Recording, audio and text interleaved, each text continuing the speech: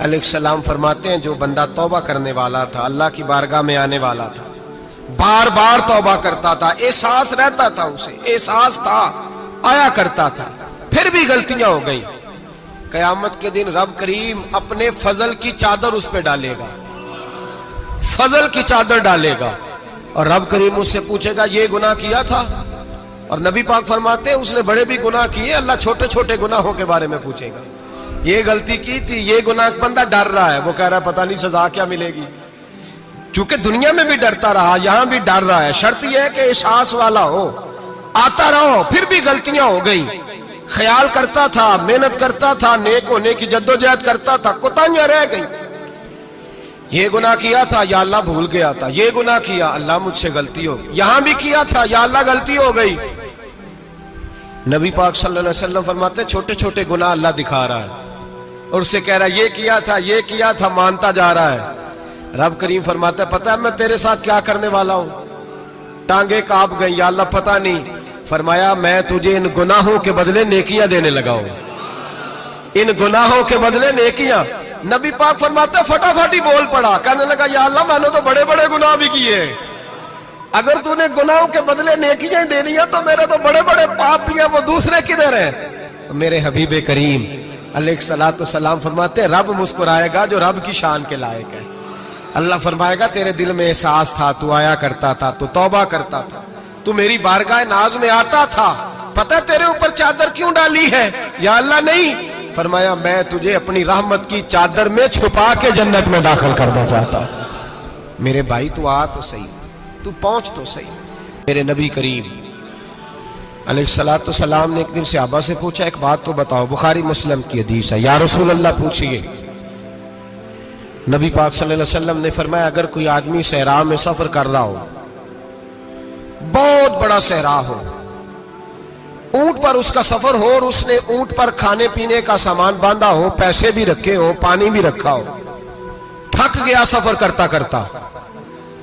درخت کی ایک ٹہنی کے ساتھ اونٹ کی نکیل باندھی اور درخت کے نیچے لیٹ گیا آرام کرنے کے لیے۔ اللہ کے حبیب فرماتے اچانک اس کی آنکھ لگ گئی، جب جاگا تو اس نے دیکھا کہ اونٹ تو غائب ہو گیا ہے، اب نہ کھانا ہے، نہ پانی ہے، نہ پیسے ہیں، اور صحرا بڑا لمبا ہے، پیدل سفر بھی نہیں کر سکتا۔ تھوڑا سا ڈھونڈا، پھر موت کا انتظار کرنے لگا، سوچنے لگا اب موت آئے گی، اب مر جاؤں گا۔ اللہ کے محبوب فرماتے ہیں تھوڑی دیر گزری، جب بالکل مایوس ہو گیا تھا تو اچانک نظر پڑی تو اونٹ اس کا سامنے کھڑا تھا۔ نبی پاک صحابہ سے پوچھتے ہیں بتاؤ، اس کی کل کائنات اجڑ گئی تھی، راز ضائع ہو گئی تھی، ہر شے لٹ گئی تھی، دوبارہ اسے مل گئی ہے، بتاؤ اسے کتنی خوشی ہوگی؟ صحابہ کہنے لگے یا رسول اللہ نئی زندگی مل گئی اس بندے کو، وہ ساری دنیا سے زیادہ راضی ہے۔ تو میرے کریم رسول صلی اللہ علیہ وسلم نے فرمایا رب کریم کا نافرمان بندہ جب اس کی بارگاہ میں آ کے توبہ کرتا ہے تو اللہ اس سے بھی زیادہ راضی ہو جاتا ہے۔ نافرمان جب آ کے کہتا ہے یا اللہ معاف کر دے، آئندہ نہیں کرتا، میں اللہ تو راضی ہو جاتا ہے۔ اور حبیب پاک علیہ السلام فرماتے ہیں وہ اتنا کریم ہے، جب بندہ اپنے رب سے صلح کر لیتا ہے، توبہ کر لیتا ہے، تو اللہ زمین کو کہتا ہے تو بھول جا میرے بندے نے گناہ کیا ہی نہیں، آسمان سے کہتا تو بھول جا میرے بندے نے گناہ کیا ہی نہیں۔ پھر رب کریم فرشتوں سے فرماتا ہے کہ مٹا دو جو تم نے لکھا تھا، میں نے اپنے بندے کے ساتھ صلح کر لی ہے۔